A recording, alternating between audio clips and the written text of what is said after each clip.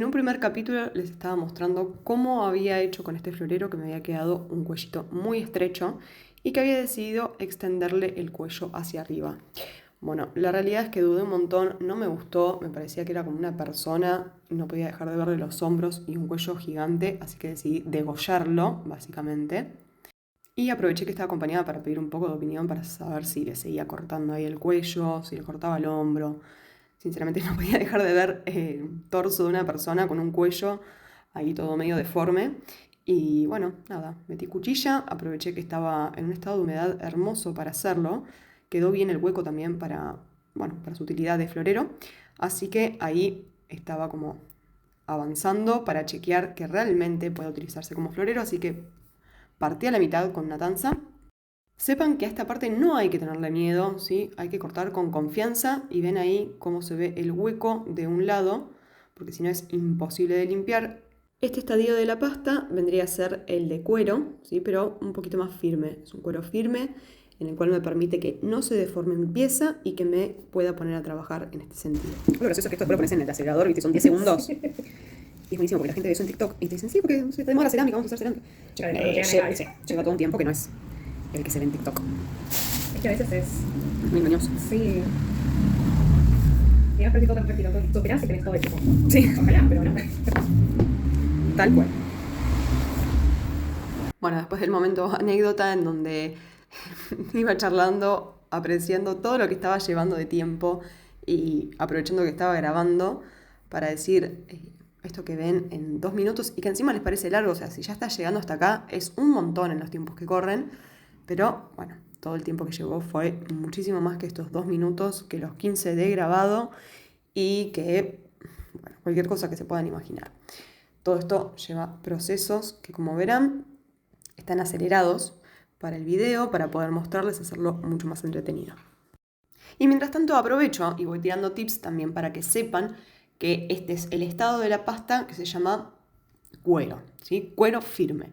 Acá es el ideal para cuando tengo, por ejemplo, una pieza como esta que es más bien escultórica, en donde yo puedo mantener la forma original que le había pautado, la que había ideado, cortarla al medio, poder ahuecarla o poder emprolijar para alivianarla, que no sea algo súper pesado y que después mantenga su función. Por ejemplo, acá cuando voy haciendo la unión, ¿sí? Que no se filtre, que se mantenga separado la parte hueca en donde simplemente quiero que me haga la forma y la parte del hueco en donde quiero que cumpla la función de florero. Ahí estoy haciendo como la diferencia de esas dos partes. Y por fuera lo que se va a estar percibiendo es una pieza completa y entera, en donde si uno no se asoma para ver cómo está creado, no se distingue el hueco.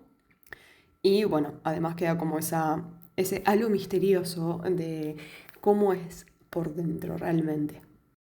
Entonces cada vez que vean una pieza así, en donde se distingue de una manera por fuera y es otra por dentro, es porque usualmente fue trabajada de esta manera, generando la forma completa de todo el volumen en un principio, aguardar a que empiece a perder un poco de humedad de la pasta sin que la pierda por completo, para después generar cortes como estos que yo realicé, que generalmente se hace en la mitad, pero bueno, depende de la forma, se puede hacer de manera estratégica para que se pueda trabajar lo mejor posible.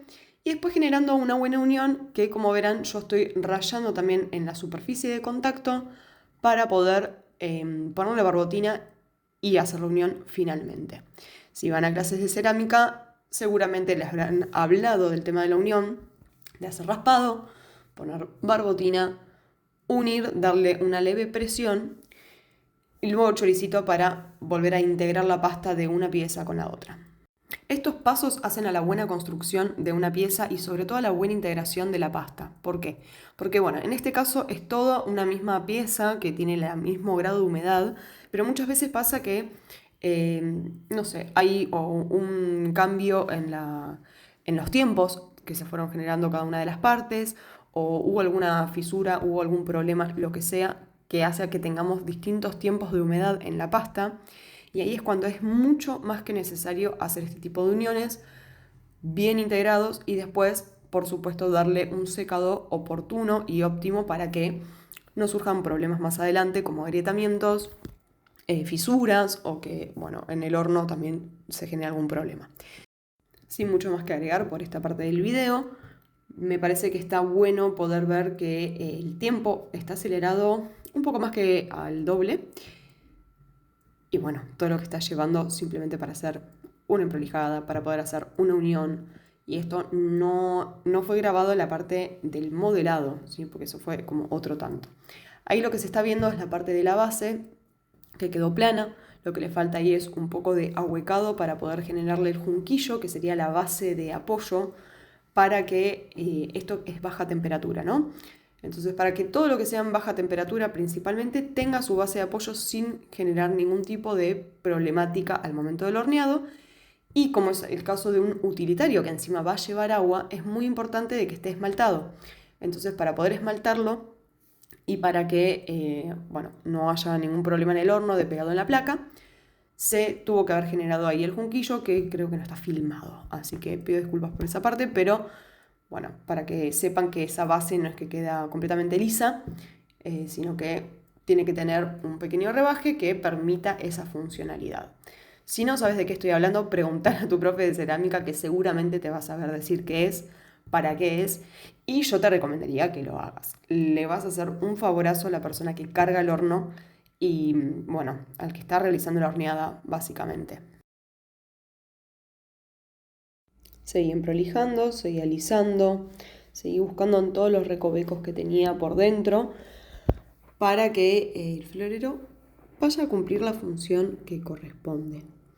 Esto obviamente cuando fue pensado originalmente tenía como la idea de hacer una cavidad interna, pero no había pensado exactamente la forma, por lo tanto en la medida que lo abrí y me encontré realmente con la forma concreta que se había generado, ahí le fui haciendo las adaptaciones que consideré pertinentes para que pueda cumplir su función de contener agua y las flores que vaya a dejar ahí adentro. Por eso también les muestro como los dos huecos, la diferencia, porque hay uno que simplemente está para poder generar la forma externa y el otro sí tiene como la función concreta del objeto. Esto me parece como importante también aclararlo porque a veces uno tiene la idea de algo o ve una imagen que no sabe cómo fue creado y pueden así pensar en cómo replicarlo, generando como estas falsas cavidades que permiten tener un formato por fuera, pero que la función esté oculta o que esté solamente en una de las partes del objeto. A ver, acá sí mostré la parte de la unión, entonces no me acordaba que tenía esto filmado, así que acá me ven poniendo barbotina, ya hice rayado, y ahí embadurno bien. Acá lo importante que quiero destacar es que tenga una buena cantidad de barbotina para que pueda sobresalir un poco y en las partes en donde yo no tengo acceso con herramienta ni de ninguna forma, que la barbotina pueda ser realmente como de relleno y de pegamento para que no se salga, básicamente, ¿sí? Que no queden burbujas tampoco, así que le pongo una cantidad generosa y el rallado también que sea generoso. Muchas veces pasa que me miran con caras como me estás arruinando la pieza o hacen rayados súper finitos, súper delicados. Piensen que no es por rayar la pieza en sí, sino que es arrastrar pasta de un lado al otro. Al arrastrar pasta de un lado al otro, lo que estoy haciendo es integrar la pieza. Por eso es tan importante esta parte. Después, si considero necesario, refuerzo agregando un poquito de barbotina, que en este estado, que ya era un cuero más bien sequito, parecía como algo adecuado, así que también se le agregó un poquito de barbotina para también hacer un arrastre final con los choricitos y empezar finalmente la parte que siempre más interesa, que es cómo fue el decorado. Desde ya les voy contando que la parte del decorado la hice gracias a un montón de cosas que fueron dejando las alumnas. Por ejemplo, al dejar los engobes destapados un montón de veces, en la medida que fue pasando el tiempo, se fueron secando en los bordes y en las tapas. No se secaron del todo, por lo tanto quedó como algo súper pastoso, que a mí lo que me permitió fue usar como si fuese una especie de pasta coloreada, pero un poco más plástica, más blandita. Entonces lo que hice, que me di cuenta también, empecé a grabar, un poquito tarde, una vez que había empezado, Pero bueno, básicamente lo que hice fue lo que estoy mostrando a continuación, que es ir alternando los colores de las tapitas que fueron quedando y agarrarlo como herramienta fue mi dedo, que agarraba con el dedo índice y me llenaba con una buena cantidad de porción de esa pasta coloreada, que era del borde de los engobes, para arrastrar, es decir, acumular, apoyar, acumular en una parte y arrastrar hacia abajo para que en la parte final quede menos cantidad y así pueda poner el siguiente color. De esta manera se fueron generando como si fuesen unas escamas de colores, en donde en vivo sobre todo se nota mucho como la diferenciación en cada uno de los relieves y bajorrelieves que va generando cada capita de engobe. Hago esta aclaración porque no es el engobe en su estado como más natural comercial, y si en todo caso lo compran de forma comercial, puede ser que lo consigan en polvo, que le pongan un poco menos de agua de la convencional y de esa manera estarían generando este tipo de pasta.